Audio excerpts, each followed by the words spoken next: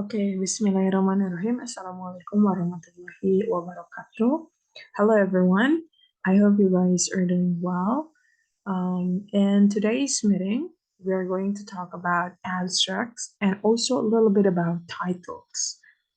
So, sorry. The goal for us today is that kita harus bisa nge-identify patterns atau elements of the abstracts. And the second one is identify how the first paragraph is usually written. And the third one is how to start searching for the titles. The reason why kita punya 3 goal ini, because in the next meeting, we're going to focus on making a research title atau come up with one research title. Jadi bahannya kita coba dari sekarang. Proporsinya nggak akan sampai selesai kita belajar title hari ini karena akan dibagi 2 dengan pertemuan selanjutnya.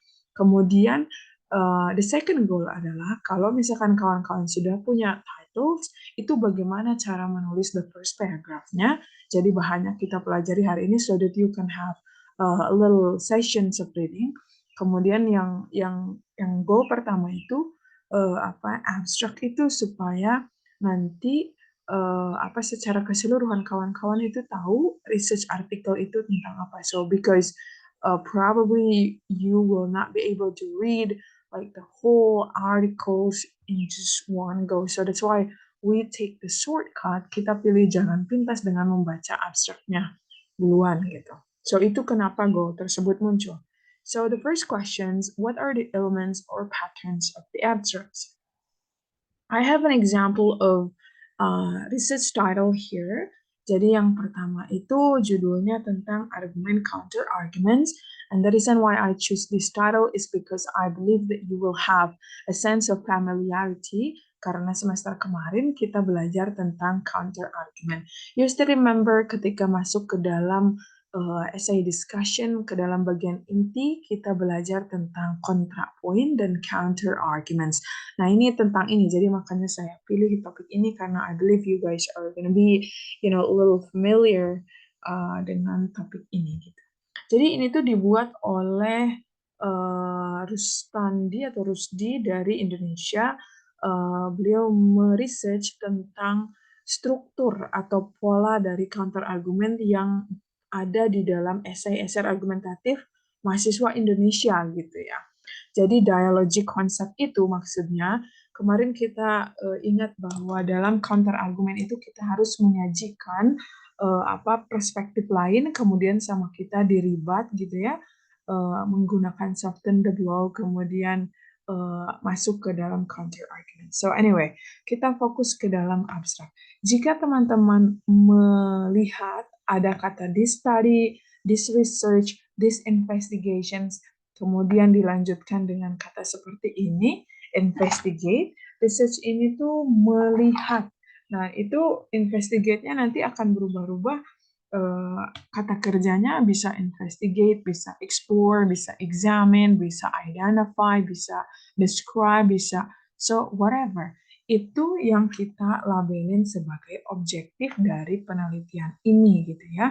Objektif atau tujuan dari penelitian ini. Dan itu yang si peneliti akan teliti itu. Di sini kalau kita perhatikan, the study investigate the potential use of counter-argument structure. Ini masih secara general, jadi melihat tentang penggunaan counter-argument structure dalam bahasa Inggris. Kemudian ada yang lebih spesifiknya lagi, it examine melihat apakah L2 proficiency, kemampuan bahasa Inggris, bahasa kedua ya, affect. Apakah kemampuan seseorang dalam bahasa Inggris itu akan berdampak terhadap penggunaan counter argumen tersebut di dalam esainya.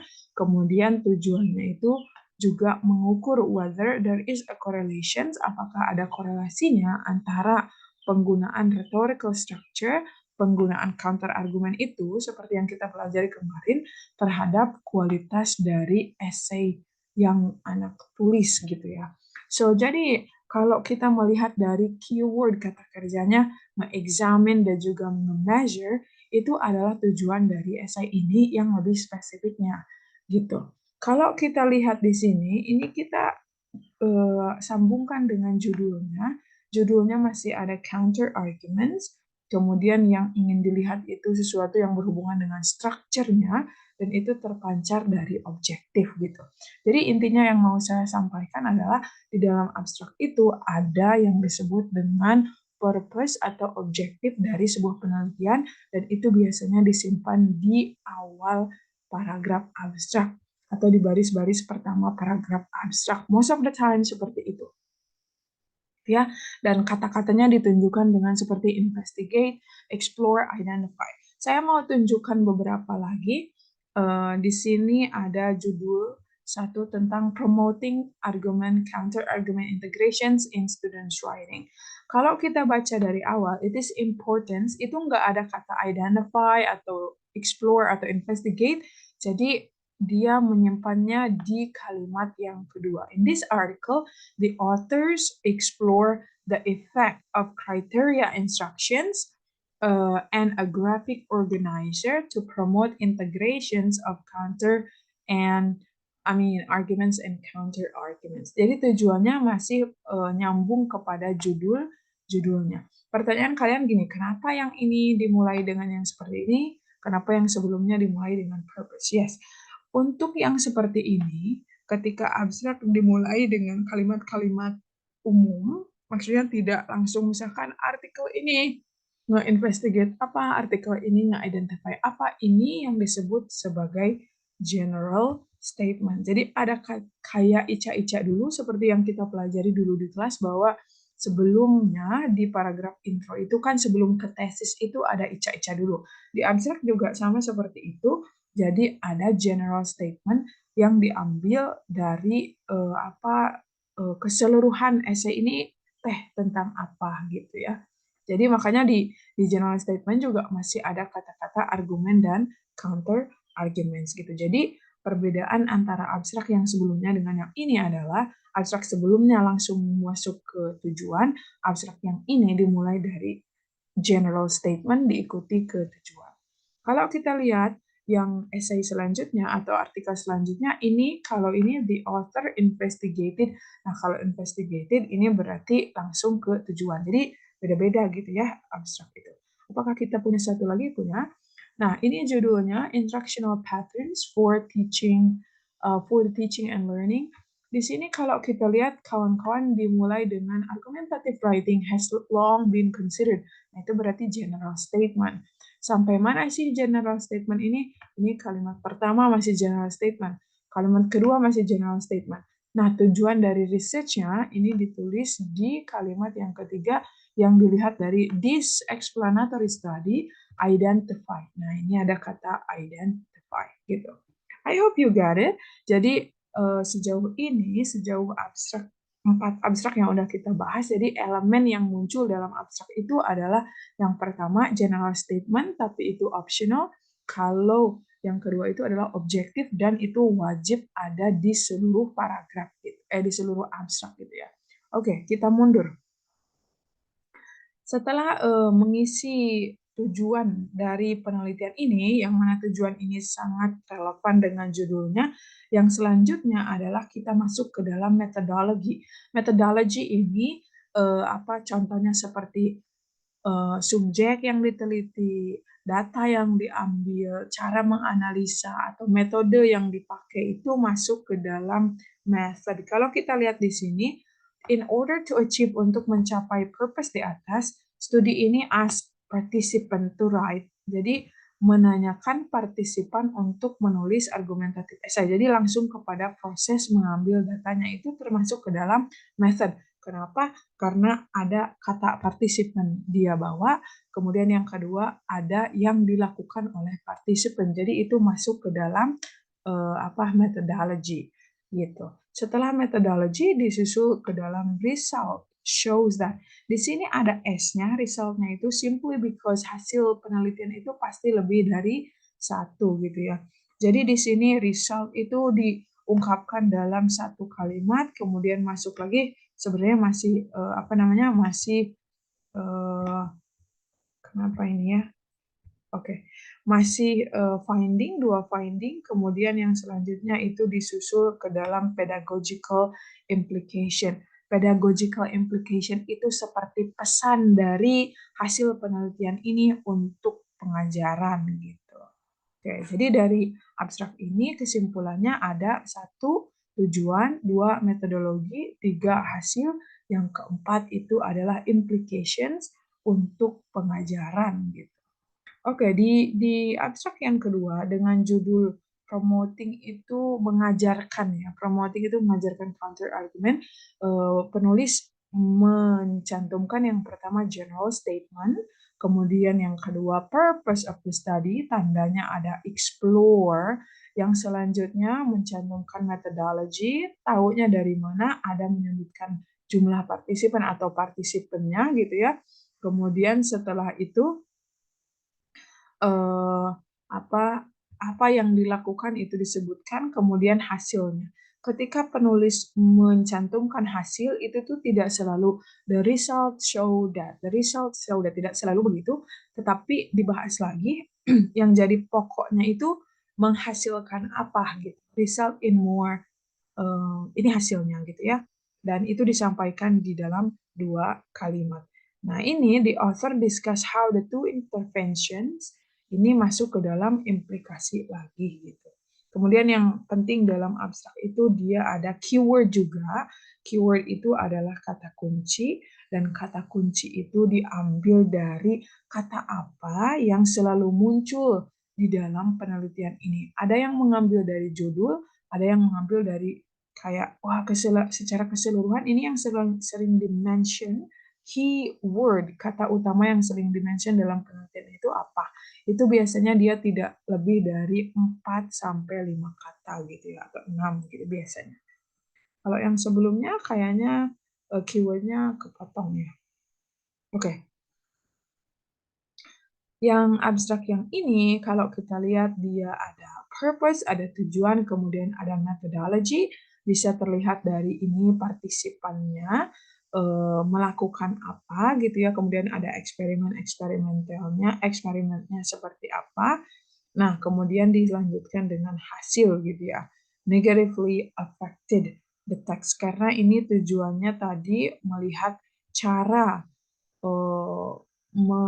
mendorong siswa untuk membuat counter argumen di dalam writing-nya gitu. Terus melewati beberapa eksperimen, eksperimen 1, eksperimen 2, kemudian ini hasilnya. Jadi instruction itu ngajar ya. Instruction itu pengajaran. Ngajarin apa? Ngajarin persuasi atau bagaimana cara bikin yang kemarin kayak kita itu gitu. Nah, negatively affected dan juga text itu hasilnya gitu ya. Um, apa namanya, kemudian di sini ada juga memasukkan implikasi gitu. Jadi sejauh ini polanya tujuan, method, hasil, implikasi, atau general statement, tujuan, hasil, implikasi. Di abstrak yang selanjutnya itu juga sama, setelah purpose dia diikuti oleh 118 itu partisipannya, kemudian prosesnya seperti apa. Di sini langsung apa namanya, mencantumkan hasilnya begitu ya. Nah, ada juga overall kesimpulan dicantumkan itu di bawah. So, dari abstrak-abstrak ini kita belajar bahwa di dalam abstrak itu ada elemen yang wajib harus selalu ada, dan kalau kawan-kawan nanti baca secara pelan-pelan PPT ini, di dalam abstrak itu penulis itu sangat berbeda-beda. Ada yang tujuan dengan method itu di blending, disatuin dalam satu kalimat.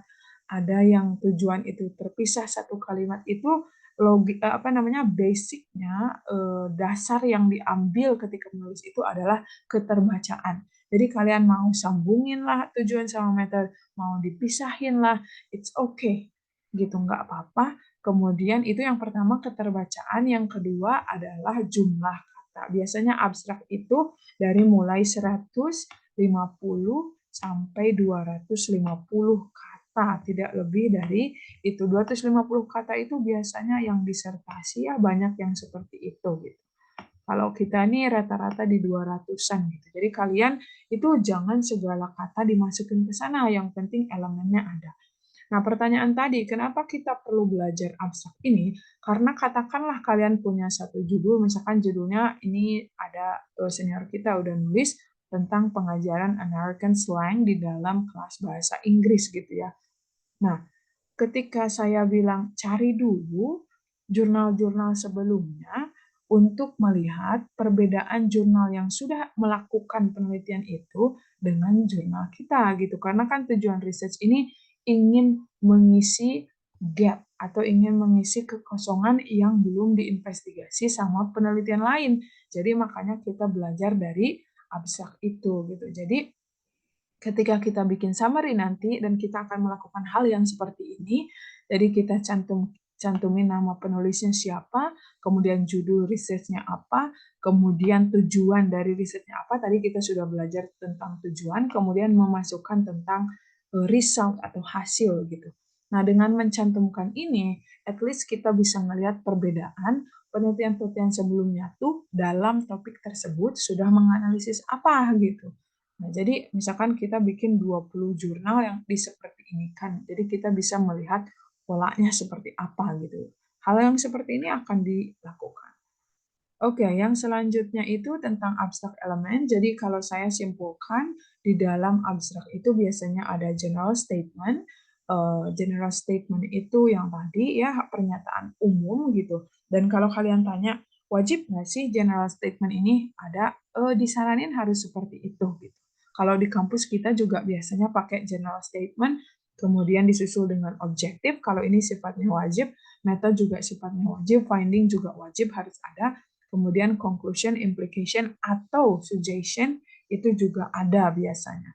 Jadi yang patokan diingatnya itu jumlah kata, kemudian logika keterbacaan nyambung atau enggaknya. Kalau kalian misalkan mau menggunakan tipe-tipe blending gitu ya, menulisnya. Gitu.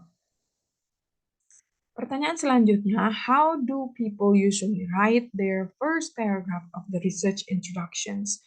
Jadi saya masih pakai judul yang tadi. Kalau kalian punya judul yang seperti ini, itu paragraf di introduction-nya atau di research introduction-nya paragraf pertama itu apa yang ditulis gitu. Pengalaman dari senior sebelumnya, kalau misalkan kalian ada judul seperti ini, kemudian di dalamnya ada English, EFL itu English as a foreign language, bahasa Inggris sebagai bahasa asing gitu ya, statusnya kayak kita. Nah, itu kalau ada kata seperti ini, senior itu akan menulis bahasa Inggris itu adalah bahasa internasional, bahasa Inggris itu terdiri dari beberapa skill gitu untuk memberikan intro yang seperti ini. Nah, itu tuh terlalu jauh. Kalau kita pelajari, jika di judul ini ada argumentatif, jadi dia awali dengan kata in argumentative writing in English, the present, kehadiran dari opposing view, and also counter argument is central importance. Ketika kita ngobrolin, misalkan ini penting banget, itu dicantumkan juga sources-nya. Kata siapa sih itu tuh penting gitu.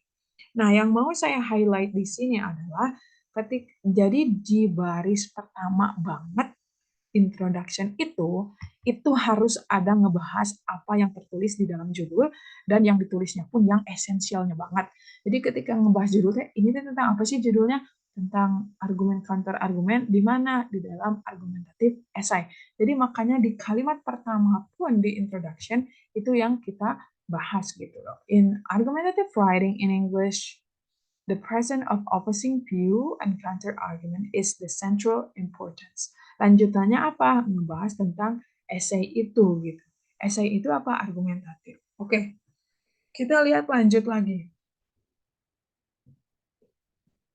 Ketika promoting counter argument integration in students writing,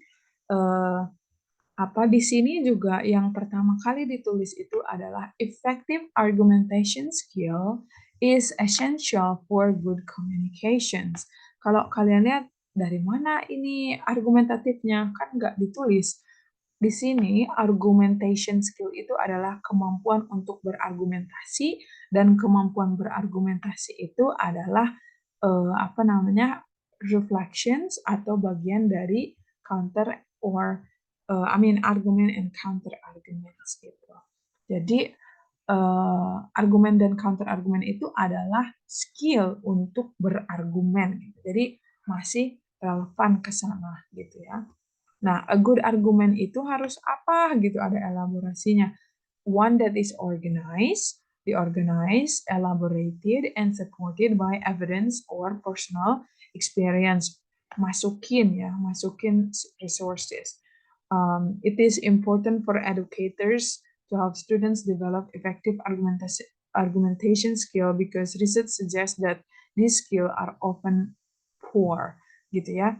Nah, jadi sesuai dengan judulnya baris pertama. Jadi jangan kemana-mana, jangan dulu ngebahas Inggris sebagai bahasa internasional. Jadi kejauhan, udah aja to the point apa yang ada di judul itu yang kita elaborasikan gitu ya keywordnya. Anyway, ini ada judul lagi, The Effect of Goal Instructions. Jadi goal instruction ini adalah pengajaran berbasis goal, kemudian dan juga teks terhadap generation itu adalah pembuatan counter argumen gitu. Jadi dampak ngajar yang berorientasi terhadap goal dan juga teks terhadap pembuatan counter argumen. Di sini yang pertama kali ditulis itu adalah crafting persuasive written arguments. Persuasif itu adalah esai yang meyakinkan, dan kalau esai yang meyakinkan itu atau argumen yang meyakinkan itu otomatis dia memiliki counter argumen. Jadi writingnya tuh disebut, tapi writingnya juga bukan sembarangan writing, tetapi langsung kepada jenis writing yang mengandung counter argumen gitu ya, gitu. So, jadi kesimpulannya apa yang biasa penulis-penulis itu tulis dalam paragraf atau baris pertama dari paragraf introduction itu, yang pertama kesimpulannya dia harus menjabarkan apa yang tertulis di judul, tetapi yang tertulis di judul itu yang intinya banget itu tuh tentang apa.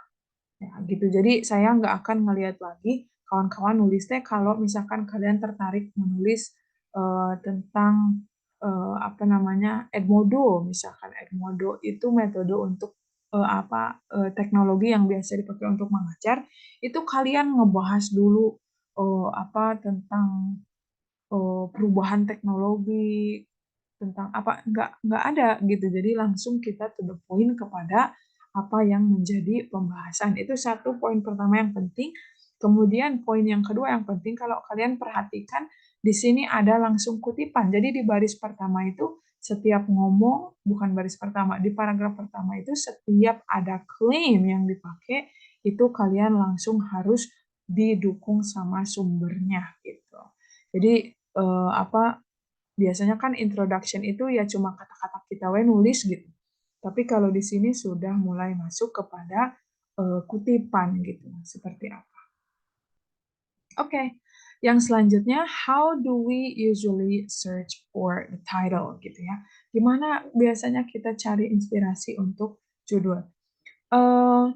Kalian itu harus ngeset dulu, misalkan kalian punya keyword khusus. Saya itu tertarik meneliti tentang counter argumen karena biasanya saya ngajar tentang itu ya, tentang kontrapoint counter argumen kayak di ribat kemarin gitu ya, kayak di esai soften the blow yang kayak gitu. Kemudian saya juga tertarik tentang argumentative writing gitu, seperti apa prosesnya. Saya juga tertarik tentang ngajarin genre. Genre itu teks. Teks itu seperti deskriptif, naratif, recount, discussion, exposition, report, banyak lah ya. Saya tertarik ngajar itu, kemudian juga saya tertarik tentang ngasih feedback, tapi yang secara automated. Automated itu yang melibatkan teknologi, seperti kalian kalau familiar sama Grammarly, nah itu automated feedback itu gitu. Jadi feedbacknya didapatkan secara otomatis oleh machine, kayak Grammarly, kemudian ada e-writer gitu kan. Kemudian saya juga tertarik dengan aplikasi yang namanya Elsa Speak gitu. Atau kalian tertarik misalkan dengan pengaruh kita terus-terusan pakai Google Classroom, atau kalian punya satu aplikasi yang mau dilihat gitu. Kemudian kalian itu tertariknya si judul ini tuh mau apanya yang kalian ingin teliti itu, misalkan persepsi atau pandangan siswa tentang pembelajaran pembelajaran menggunakan aplikasi Elsa misalkan, atau kalian ingin melihat perspektif atau pandangan siswa ketika kita belajar terus-terusan pakai Google Classroom, itu bisa. Jadi ada arahan, ada tujuannya mau melihat apa. Kemudian misalkan kalian ingin melihat pengimplementasian atau pengajaran ya diimplementasiin gitu ya, pengimplementasian YouTube misalkan di dalam kelas itu apakah ada efeknya atau enggak gitu. Kemudian nanti mencari efeknya atau pengaruhnya dari A terhadap B gitu. Kemudian faktor dan juga problem misalkan. Saya misalkan ingin meneliti tentang counter argumen. Karena counter argumen itu membuat kontrapoin kemudian diribat itu kan susah. Nah, misalkan saya ingin meneliti tentang sebenarnya masalahnya tuh apa sih pas anak-anak itu menuliskan counter argumen itu gitu ya. So, itu yang kita bisa explore. Untuk lengkapnya itu akan dibahas di pertemuan selanjutnya. Tetapi intinya ketika kalian ingin mencari judul itu, kalian harus punya research interest namanya, kesukaannya, apa ketertarikannya, neliti apa gitu. Dalam bahasa Inggris itu kan ada 4 skill, ada listening, ada reading, ada speaking, ada writing, kemudian ada penguasaan grammar, penguasaan pronunciation, penguasaan vocabularies. Nah, itu tertariknya tuh apa? Terus nanti digabungin misalkan wah ngajar menulis dengan menggunakan aplikasi Grammarly, ngajar speaking dengan menggunakan aplikasi apa, atau kalian simply ingin melihat tentang misalkan tantangan ketika anak speaking, tantangan ketika anak menulis, itu ingin kalian investigasi, itu juga bisa gitu ya. So, jangan dulu ke task, saya mau ini dulu, nunjukin, kalau misalkan kalian sudah punya keyword, hal yang ingin kalian teliti, misalkan seperti ini, kemudian kalian lakukan Google Search. Saya akan pause videonya sebentar. Nah, misalkan kalau kita ingin meneliti tentang, tadi saya punya satu ide tentang, saya mau melihat tentang counter argumen, tetapi fokus kepada kesulitan anak ketika menulis counter argumen. Saya akan klik di Google Scholar, kemudian di sini ada banyak sekali referensinya gitu ya, mau tentang berhubungan dengan problem misalkan. Gitu ya. Jadi saya akan coba di sininya select dari tahun 2019 gitu. Nah, kalau ada judul yang seperti ini, meskipun nggak sama gitu, tetapi misalkan ada tentang counter argumennya, kemudian ada problemnya gitu. Di sini kalau kita lihat judulnya A Study on Difficulties in Writing Argumentative Essay, kemudian dalamnya ada counter argument. Ya udah saya download aja gitu kan. Berapa? Kemudian nanti lanjut lagi ada rating apa gitu. Kemudian yang kira-kira relevan gitu sama judul kita tentang problematizing misalkan ini saya ambil, kemudian tentang kita cari-cari lagi aja gitu yang berhubungan dengan masalah dalam counter argumen gitu. Nah, kita coba cari, gitu saya biasanya cari-cari inspirasi itu. Kemudian saya baca abstraknya, kemudian saya baca bagian discussion di akhir, itu mereka pasti akan memberikan suggestion atau saran apa sih yang belum diteliti sama mereka gitu. Gitu caranya. Jadi kalian harus berangkat dari apa yang ingin kalian teliti gitu. So, jangan berpikir, aduh ini bisa nggak ya, aduh ini bisa nggak ya gitu. Ya, kita coba dulu si judul itu, si keyword itu, kita coba masukkan ke dalam Google Scholar atau Science Direct, kemudian kalian lihat referensinya ada nggak sih yang mendekati penelitian kita itu, yang sudah dilakukan misalkan ya, di situ baca dalamnya apa yang ngebedain, kalau ada yang ngebedain kita langsung lanjut membuat judul itu gitu ya. Oke, saya pause lagi videonya. Oke, jadi kita lanjut lagi kembali ke sini. Jadi ada beberapa tugas yang harus kawan-kawan lakukan. Yang pertama, please do some Google search on the possible research areas that interest you. Silahkan melakukan pencarian ini ya ke Google tentang research area yang kalian minati gitu. Kalian tertariknya sama topik apa? Jadi awalnya kalian pikirkan kalian mau neliti apa misalnya. Itu diusahakan berhubungan dengan yang pendidikan dan berhubungan dengan bahasa Inggris. Kalian skopnya mau mulai dari kurikulum, misalkan persepsi guru terhadap pengimplementasian kurikulum Merdeka, misalkan yang seperti itu. Kemudian yang selanjutnya itu tentang ini misalkan tentang eh, pengajaran misalkan yang berbasis teknologi itu bisa, kemudian kalian lakukan Google Search, kemudian yang selanjutnya kalian harus temukan 3 research artikel yang relevan, yang berhubungan dengan research kawan-kawan itu. Kemudian setelah itu, kawan-kawan baca ketiga abstrak tersebut, kemudian identify komponen dari abstrak itu. Gitu. Jadi ada apa aja sih di dalam abstrak itu gitu.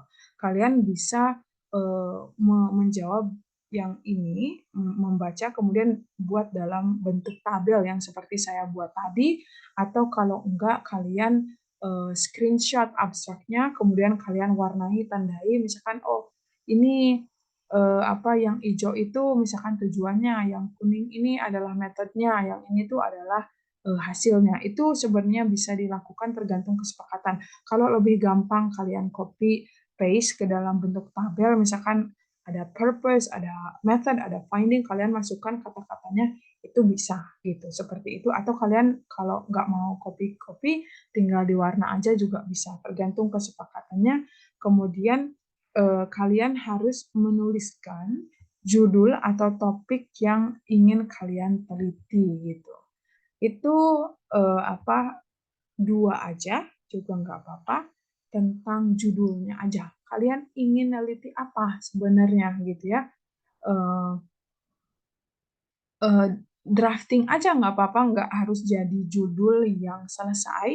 Eh, Kalian misalkan belajar dari apa yang sudah kalian teliti di research artikel yang sebelum-sebelumnya, misalkan judulnya tuh analisis, investigasi, efek dari A ke B, misalkan. Terserah ya. Jadi apa yang ingin kalian teliti gitu. Don't worry about the grammar, don't worry about anything else. I just want to see kalian itu research areanya tertarik kepada apa gitu ya.